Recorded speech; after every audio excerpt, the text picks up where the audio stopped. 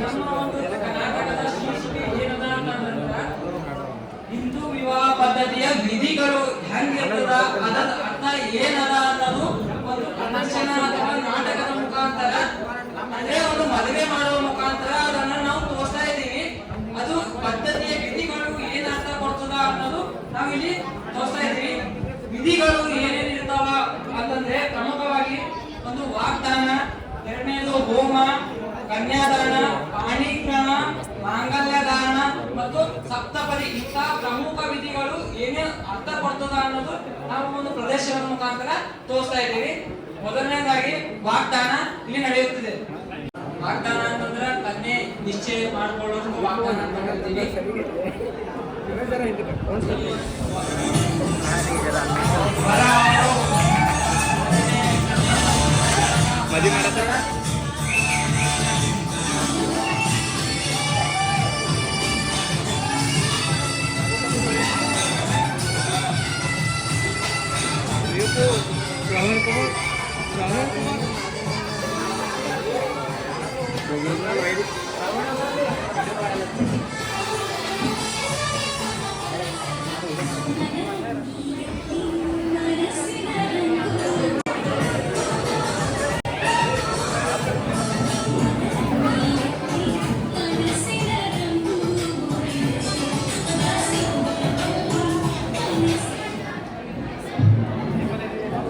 ನಮಸ್ಕಾರ, ಎಲ್ಲ ಆರಾಮಿದ್ದೀರಿ?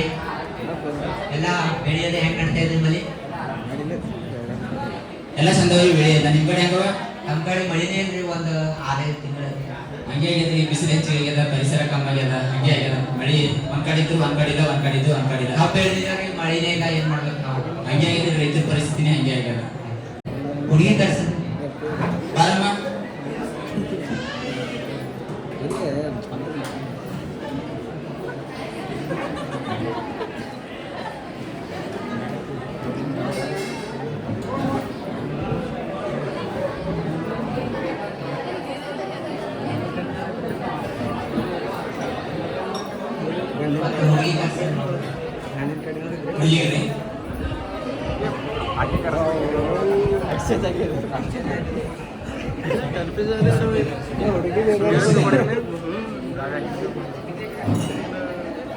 ನಿಮ್ಮ ಹೆಸರು ಏನದಮ್ಮ? ಸುಜಾತ. ನಿಮ್ ತಂದೆ ಹೆಸರು ಏನ್ರಿ ಅಮ್ಮ? ಚಂದ್ರಪ್ಪ. ನಿಮ್ ತಾಯಿ ಹೆಸರು ಅಮ್ಮ? ಮಲ್ಲಮ್ಮ. ನಿಮ್ ಶಾಲೆಯಲ್ಲಿ ತಕ ಕಲ್ತಿರ್ರಿ ಅಮ್ಮ? 10ನೇ ಮುಗಿದ್ರಿ.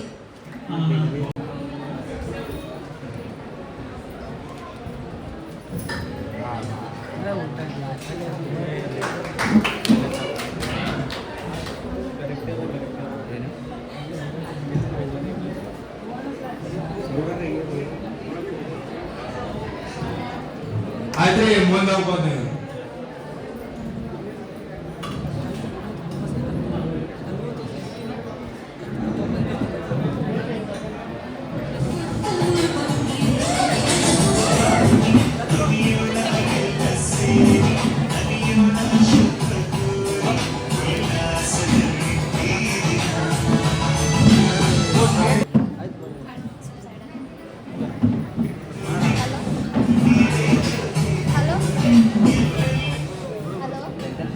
ಏನಪ್ಪ ನಿನ್ನ ಹೆಸರು?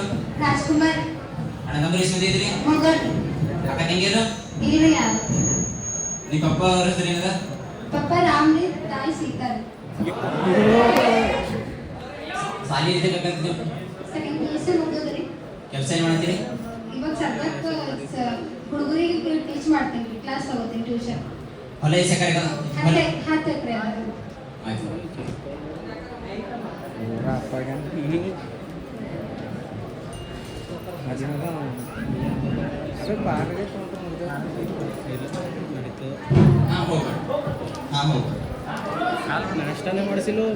ಹುಡುಗಿ ಇಷ್ಟ ಆಗಿದೆ ಮತ್ತೆ ಮುಂದಿನ ಗುರುಗಳಿಗೆ ಅಲ್ಲಿ ಆದಷ್ಟು ಬೇಗ ಮಾಡ್ತೇವೆ.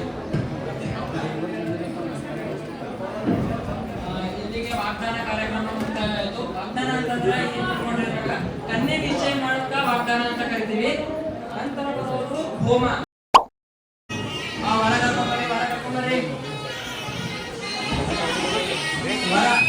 ಪೂರ್ವ ರಾಶಿಯ ಮೇಲೆ ಮುಖ ಮಾಡಿ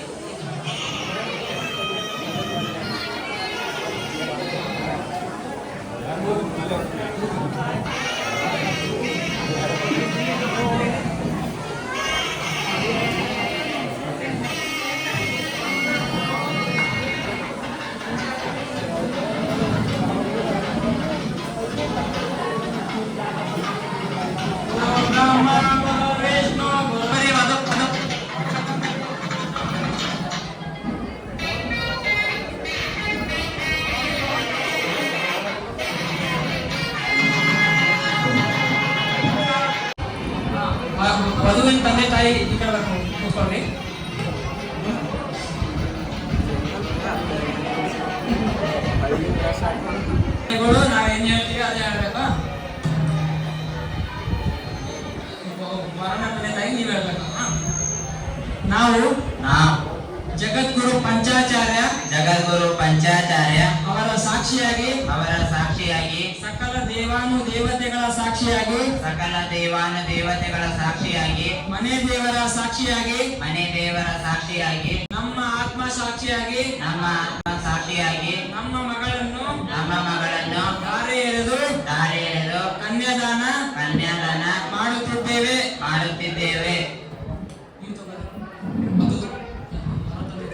ಪಂಚಾಚಾರ್ಯ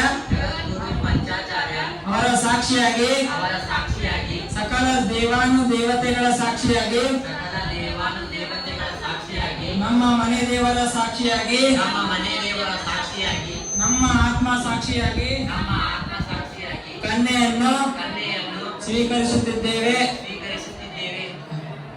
ಇಲ್ಲಿಯೇ ಕನ್ಯಾದಾನ ವಿಧಿಯು ಮುಕ್ತಾಯಗೊಂಡಿದ್ದು ನಂತರ ಬರುವುದು ಪಾಣಿಗ್ರಹಣ. ಪಾಣಿಗ್ರಹಣ ಅಂತಂದ್ರ ಬರ ಕೊಡ್ರಿ, ನಾವೇನ್ ಹೇಳ್ತೀವಿ ಅದ್ರ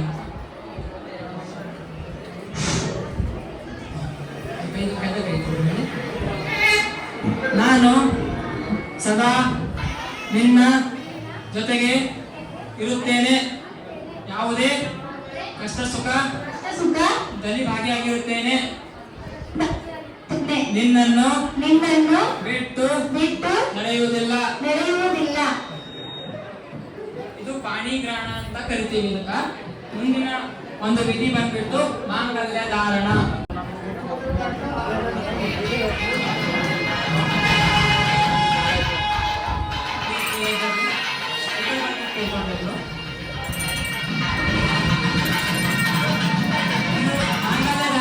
ಅಂತಂದ್ರೆ ಮಾಂಗಲ್ಯವನ್ನು ಮದುವೆ ಮಾಡುವುದು.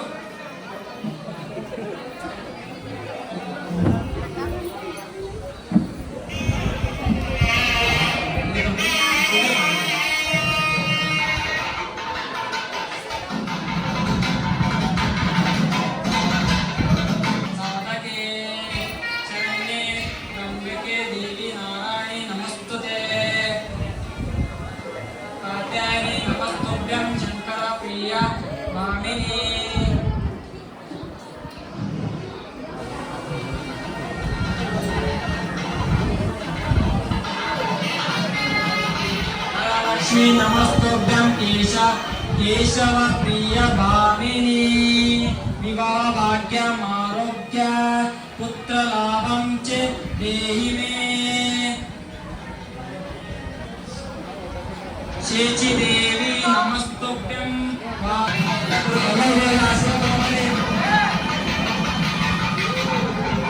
विवाह भाग्यम आरोग्य पुत्र लाभं च देहि मे.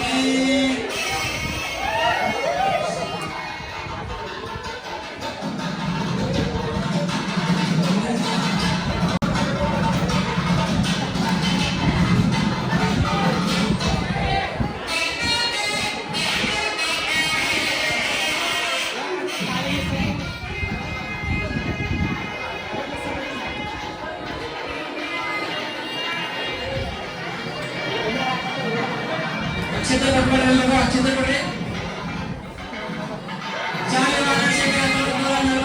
ವಿಶ್ವಾಸನಾಮ ವೈಕಲ್ಯ ಚತುರ್ದಶಿ ಇಂದು ಗುರುವಾರ 24/4/2025 ಮಧ್ಯಾಹ್ನ 1:45 ಈ ಶುಭ ಮುಹೂರ್ತದಲ್ಲಿ ಚಿರಂಜೀವಿ ರಾಜಕುಮಾರನಿಗೂ ಮತ್ತು ಚಿರಂಜೀವಿ ಕುಂಕುಮ ಸೌಭಾಗ್ಯ ಸುಜಾತ ಅವರಿಗೂ ಶುಭ ಮುಹೂರ್ತದಲ್ಲಿ ಲಗ್ನ ನಿಶ್ಚಯಿಸಲಾಗಿದೆ.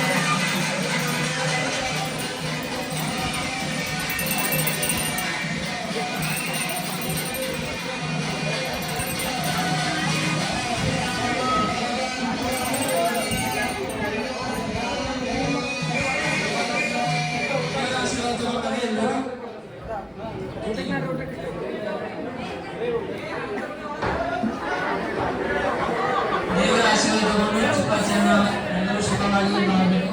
ಚಲೋ ಇದೆ. ಹಿರಿಯರ ಆಶೀರ್ವಾದ ತಗೊಂಡ್ಬರ್ರಿ.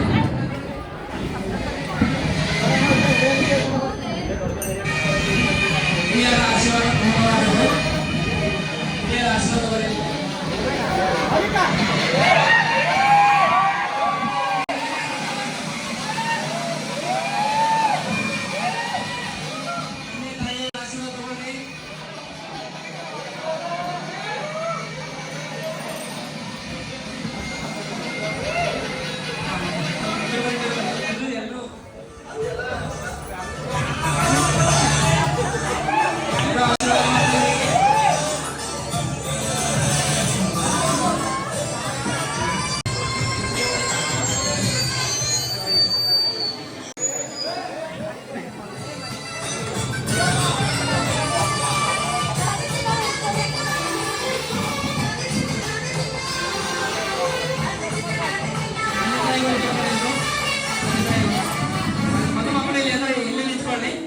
ಕೊನೆಯದಾಗಿ ಹಿಂದೂ ಸಂಪ್ರದಾಯದ ಕೊನೆಯ ವಿಧಿ ಬಂದ್ಬಿಟ್ಟು ಅದು ಸಪ್ತಪದಿ, 7 ಸಪ್ತಪದಿಗಳು ಬೀಳಬೇಕು.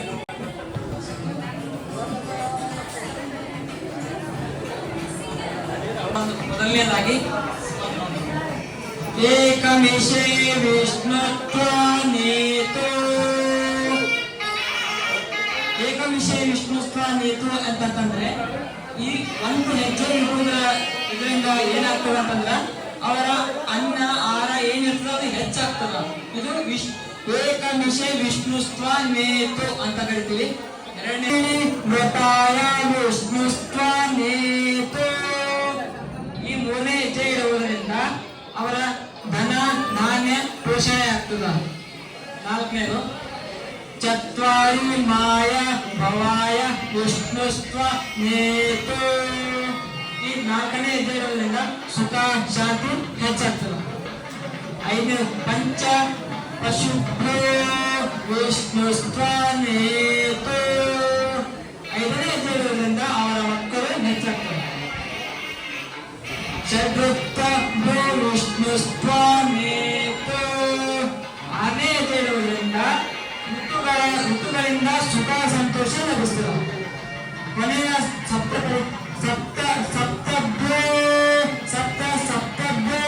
ವಿಷ್ಣುಸ್ತ್ವನೇತು. ಈ ಕೊನೆಯ ಹೆಜ್ಜೆ ಏನ್ ಹೇಳ್ತದಂದ್ರ ಅವರಿಗೂ ಮತ್ತ ಅವರ ಕುಟುಂಬಕ್ಕೂ ಸುಖಕರವಾಗಿ ಇರಬೇಕು ಅನ್ನೋದು ಈ ಕೊನೆ ಸಪ್ತಪದಿಯ ಕೊನೆಯ ಒಂದು ವಾಕ್ಯ ಹೇಳ್ತದ.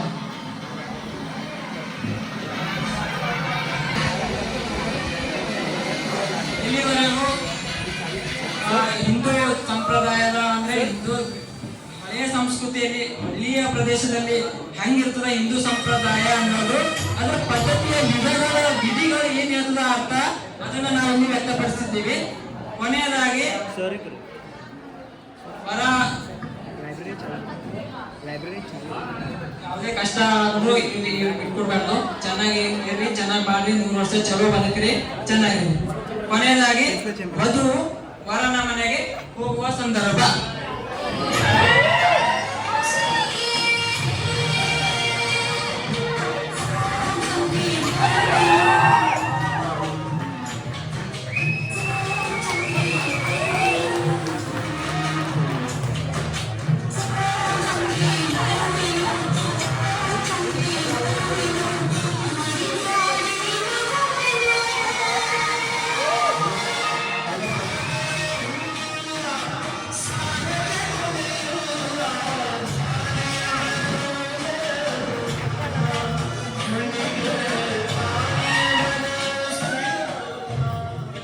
ಇಷ್ಟು ಹೇಳಕ್ಕೆ ಇಷ್ಟಪಡ್ತೀನಿ. ಓಕೆ ಫ್ರೆಂಡ್, ಬಾಯ್.